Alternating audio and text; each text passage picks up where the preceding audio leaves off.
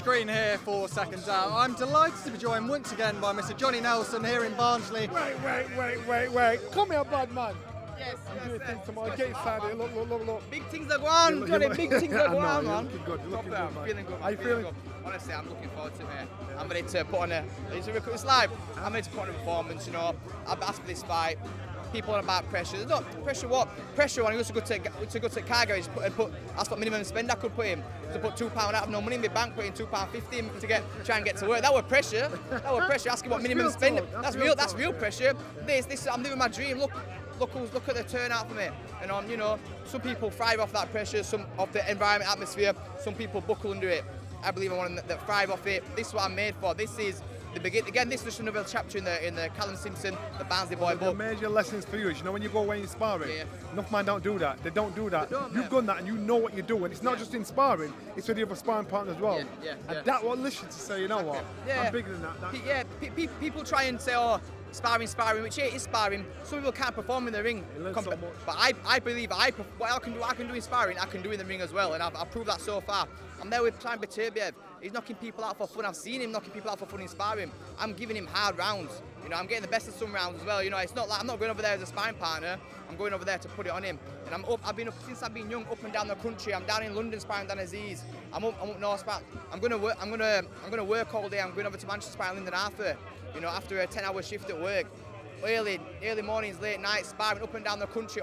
Flying over to Ireland for a day to spar Patrick McCoy for his last fight. I've been putting in some serious work. People don't see that. They just see me looking ripped up on stage after fight night. Do you know what I mean? But yeah, a lot of hard work's been put in, and it's going to show. It's going to show on fight night. Get some food. Get your Yes. God bless. As well, big up yourself as well, because you're the man. I appreciate everything. You know, how you speak, how you represent, how well you speak of me in Yorkshire. We're proud Yorkshire boys. You are a boy. Bless. He's a superstar, isn't he? You didn't expect that, did you? I didn't know. Guest interviewer, Johnny I Nelson. tell you, it's real talk. You know, he's saying, I tell you what pressure is, going to the cash machine and find out there's £2.50 in there when you've got to put £10 in your car. That's pressure. This is putting things in perspective to say, this ain't pressure, this is life. And I like that. And the message I was trying to get across is when you're going away to spar as a sparring partner around the world with the best in the world, many British fighters don't do that. But I tell you now, when you do that, it lifts your confidence and self-belief. That was the difference between me being an average fighter and being a world champion. Because I knew when you spar with all the best in the world and you're out there sparring with their sparring partner as well, they weren't there for you, they bring you on as a fighter. He's learned that about himself, he knows what he's capable of doing. I spoke to him a couple of days ago, Callum, and he was saying sparring the top light heavyweights, not just in the country but in the world. Obviously, he sparred many rounds with Artur Beterbiev. How much can you read into what he's doing at that weight when he comes down to super middle to face someone like Zach? A hell of a lot. If you're in there with the best, you know what you can do, you know what you can't do. You know what you can take, you will know what you can't take. So then when you look at what's around you, what's in front of you, who's trying to get the better of you. When I did it, I looked back at England, I thought, there's nobody there that can beat me. I'm sparring with like Olympians, world champions, you know, former world champions, and it was the best thing that ever happened to me. So for Callum, when I heard that story, I'm like, I love that. You know, he'll be all right. The boy will be all right. We didn't talk yesterday about Joe Laws and Stevie McKenna. Stevie's obviously built up a record to a position where he's now needing to take those fights. Joe Laws, upset victory last time out against Michael Hennessy Jr. Is he a live dog in that fight? Joe Laws, he's a live dog. You know, whilst the fight's fresh. And I think Joe Laws, don't write this boy off. Honestly, don't write him off. He's got hunger, desire, and he needs to try and get under McKenna's skin. And he'll leave heart and soul in that ring. So those that write him off are silly to do that. I think, you know, look what's happened. Because of him, we're all talking about that fight. We're all looking forward to that fight. He brings that heat. Look at him physically. Look at the condition of it. He's in great condition. And as he said, as far as McKenna's concerned, he said, if I get past the first round, I've overachieved. You know, I expect to. I've beaten guys McKenna struggle with in the amateurs. So he knows what he's capable of doing and what he should do. If he wants it enough, puts the pressure on, it should be an amazing, busy night tonight.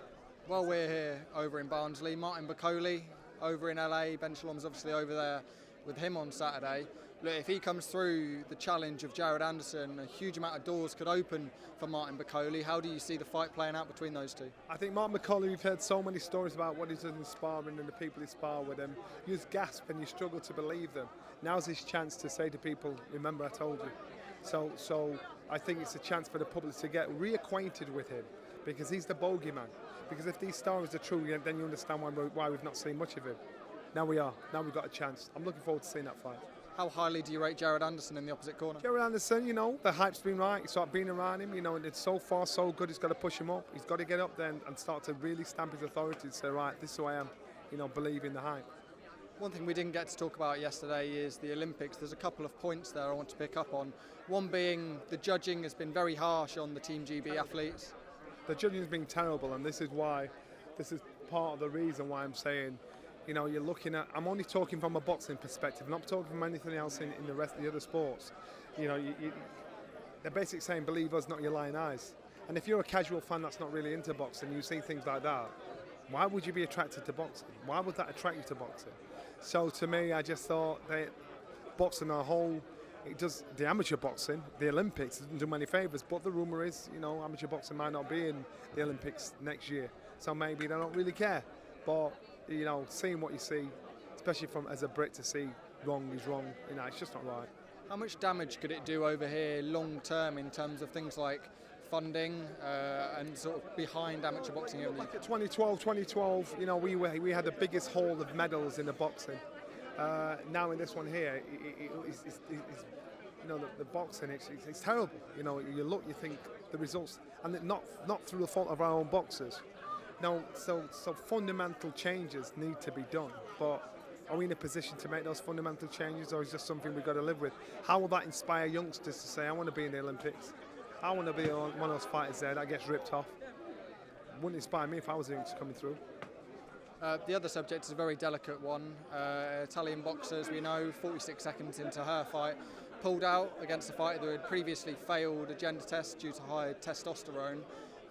What do you sort of read into the situation, and how difficult is it to handle? Well, as the fighter that pulled out, she'll have an opinion of it. And as far as I'm concerned, I need to be educated on this. I need to understand. Everybody's jumping on a bandwagon, and they come out with ridiculous scenarios of what it actually is. I need to be educated more to give a fair comment on it. All I can say is about this is fair is fair. The Olympics is about fair sport for all across the world. Let's play fair. And that's all I can say on this subject, because I don't know enough about it. I want someone to sit down and explain to me. Explain to me the decisions that have been made. Explain to me the fights that have been granted. Explain it to me. I don't know enough about it to have a valid opinion that makes a difference. Getting away from the details of the situation, does it put kind of a little bit of a black mark, a smudge on the Olympics that we've seen so far? Just a negative story. For me personally, I think as a Brit, of course, boxing-wise, it's not a great experience, because you're looking, thinking we've not had the rubber green when we should have had it. This is happening now. It's pure confusion. So people need to work together. Because to me, as far as I'm concerned, people have to be held accountable. You have to sit down and explain to people. Because otherwise, people come out with all these theories, which are completely wrong. But people need to be given the chance to be educated so they understand. Johnny, appreciate the time. See you on Saturday night. No problem. Thank you.